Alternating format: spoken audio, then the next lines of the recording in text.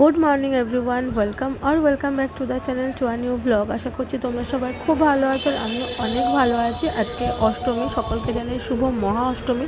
কালকে বেশ রাত হয়ে গেছিলো ঘুমাতে ঘুমাতে, তো আজকে সকাল সকাল উঠে ফ্রেশ হয়ে আমি এখন চলে এসেছি আমাদের শিবতলার মন্দিরে বাটা দিতে।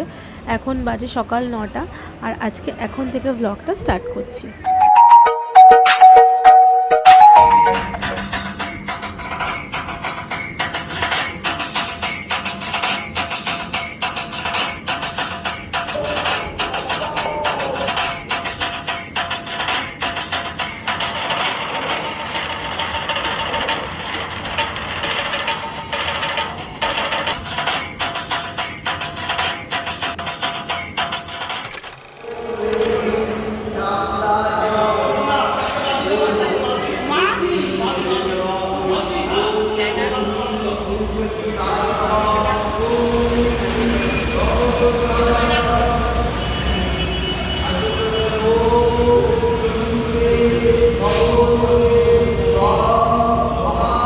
ঠাকুরমশাই পুজোতে অনেকক্ষণ আগেই বসে গেছেন, আর আমার বাটা দেওয়াও হয়ে গেছে। প্রত্যেক বছরের মতন এবছরও অষ্টমী পুজোর অঞ্জলির পর এখানে বলি হবে, আর তার সব কিছু তৈরি করে রাখা রয়েছে। আখ, চাল কুমড়ার কলা এখানে বলি হয়, তো সব কিছু রেডি রয়েছে। পুজোর পর বলি হবে। মন্দিরে বাটা দিয়ে এখন আমি বাড়ি ফিরছি, বাড়িকে রেডি হব, রেডি হয়ে যাব জাগলিতে। তো বাকি পুজোর কোনো কিছু তোমাদের সঙ্গে শেয়ার করতে পারলাম না, কারণ আমি যেহেতু থাকবো না। তো চলো বেরিয়ে তারপর তোমাদের সঙ্গে আবার কথা হচ্ছে।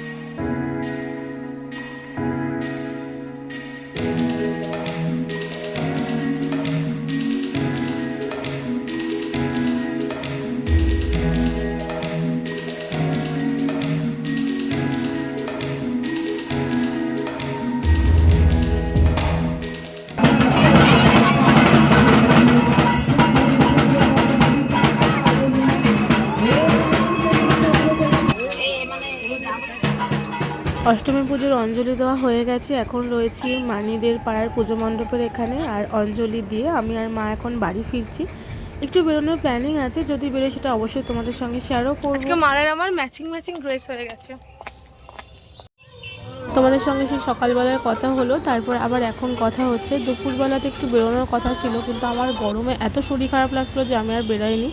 এখন বাজে 8টা, আর আমরা এখন ঠাকুর দেখতে বেরিয়েছি। আমি, মা, বড় মানি, বড় মেশন, পাপা আর দাদাভাই। আমরা একটা টোটো নিয়ে নিয়েছি। দাদাভাই পেছনে আসছে আর আমরা টোটোতে আছি। আর এই হচ্ছে হরিণঘাটা বাস স্ট্যান্ডের এখন বর্তমান অবস্থা। জানি না জ্যাম থেকে কখন ছাড়বার, আমরা কখন যাব। লাস্ট আধা ঘন্টা ধরে আমরা জ্যামে দাঁড়িয়ে রয়েছি। শেষ পর্যন্ত আমরা জ্যাম থেকে বেরোতে পেরেছি। পাক্কা 35 মিনিট মতন আমরা জ্যামে ছিলাম। আর এই যে ভিড়টা তোমরা দেখতে পাচ্ছ, এটা হচ্ছে দয়লার মাঠে যে পুজোটা হয় সেই প্যান্ডেলের সামনে এইরকম ভিড় হয়েছে। মানে আমরা ভেবেছিলাম কি আশেপাশে যতগুলো ঠাকুর আছে, পুজো প্যান্ডেল আছে, সেগুলো আজকে দেখবো সবাই মিলে, আমি, মা, মানি, দাদাভাই, পাপা সবাই মিলে দেখে নেব।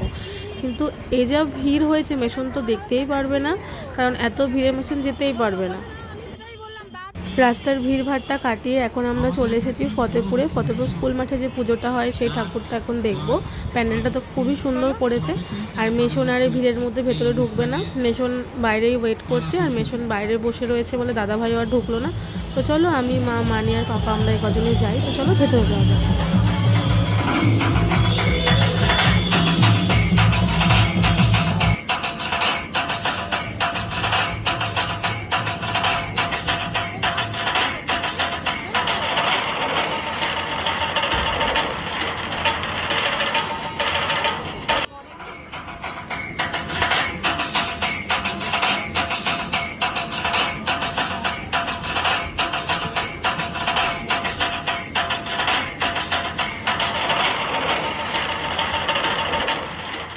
ফতেপুরের ঠাকুরটা দেখে এবার আমরা ব্যাক করছি। দয়লার ঠাকুর তো আজকে আর এই ভিড়ের মধ্যে লাইন দিয়ে দেখা তো কোনো মতেই সম্ভব নয়, কারণ মেশন তো আর ঠাকুর দেখতে পারবে না।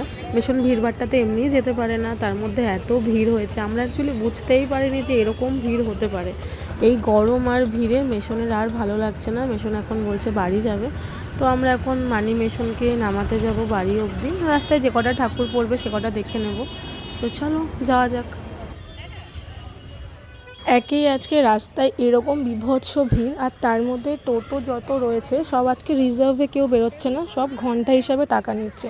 মানে রাস্তায় দাঁড়িয়ে দাঁড়িয়ে ঘন্টার পর ঘন্টা চলে যাবে আর টাকাও ওরা নিয়ে নেবে। তো যাই হোক, আজকে তো ঠাকুর কিছু দেখাই হলো না এই ভিড়ের মধ্যে। আমরা সবাই মিলে একটা প্ল্যান করলাম, কালকে বেরোবো, কালকে একটু বেলা করে বেরোবো। তার মধ্যে কালকে আবার বৃষ্টি হওয়ার সম্ভাবনা আছে, যদি বৃষ্টি না হয় তাহলে কালকে একটু বেলা করে বেরিয়ে লোকালের ঠাকুরগুলো দেখবো।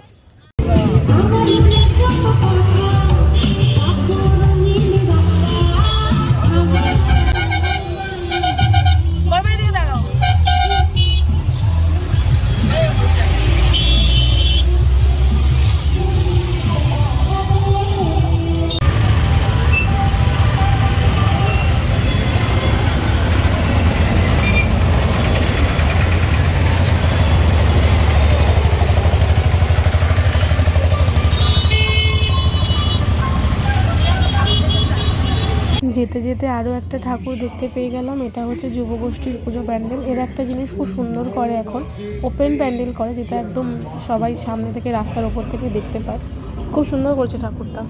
শিমুলতলায় যে দিঘিটা রয়েছে, দিঘির মধ্যে এরকম জলের ফোয়ারা করেছে, তার মধ্যে লাইটিং দিয়েছে, দারুণ সুন্দর লাগছে দেখতে। আর শিমুলতলায় যে পুজোটা হয়েছে সেটা তো এখন দেখার কোনো উপায় নেই, প্রচণ্ড ভিড়। তো যেদিনকে যাবো সেদিনকে তোমাদেরকে অবশ্যই দেখাবো।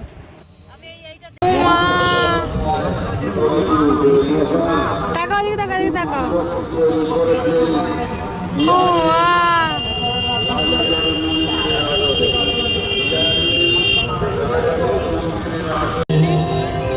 গানটা সবাই জানা তো?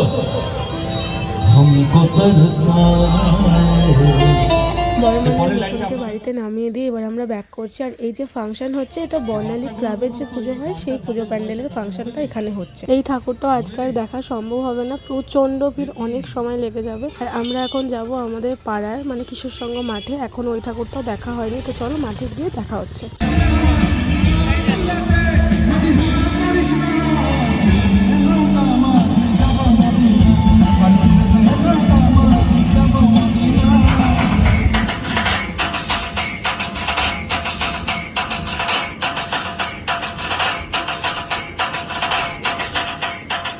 প্রতি বছরের মতন এবছরও আমাদের পাড়াতে থিমের ওপরই পুজো হয়েছে। আর ঠাকুরের মুখটা এত সুন্দর করেছে, চোখগুলো পুরো টানা টানা। প্রতি বছরই সুন্দর করে, এবছর মনে হচ্ছে আরও বেশি সুন্দর হয়েছে।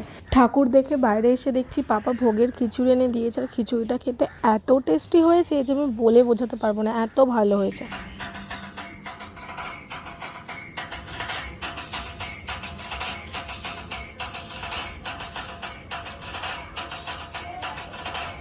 সারা সন্ধেবেলা চলে যাওয়ার পর আমার এখন মনে পড়েছে তোমাদের সঙ্গে আমার অষ্টমীর সন্ধেবেলার আউটফিটই শেয়ার করা হয়নি। তো এই ছিল আমার অষ্টমীর সন্ধেবেলার আউটফিট। আর যেখানে দাঁড়িয়ে আমি এত ফটো তুলছিলাম, এতক্ষণ ধরে এত ভিডিও করছিলাম, এটা আমাদের হরিণঘাটা বাজারের ভেতরে যে মন্দির আছে সেই মন্দিরে পুজো হয়, সেই মন্দিরের সামনে দাঁড়িয়ে এতক্ষণ ধরে এত ফটো তুললাম, এত ভিডিও করলাম। বাড়িতে ফিরেই ফ্রেশ হয়ে আগে খেতে বসে পড়েছি, প্রচণ্ড খিদে পেয়ে গেছে। আর আজকে ডিনারে রয়েছে চিকেন বিরিয়ানি, আর তো লোভ সামলানোই যাচ্ছে না, আর এত টায়ার্ড। তো ভিডিওটাকে আজকের মতন এখানেই শেষ করছি। যদি তোমাদের কিছু ভালো লেগে থাকে তো প্লিজ লাইক, কমেন্ট, শেয়ার আর সাবস্ক্রাইব করে দিও। খুব তাড়াতাড়ি নেক্সট ভিডিও নিয়ে মানে নবমীর ভিডিও নিয়ে তোমাদের সঙ্গে দেখা হচ্ছে। খুব ভালো থেকো তোমরা, লাভ ইউ অল, টাটা।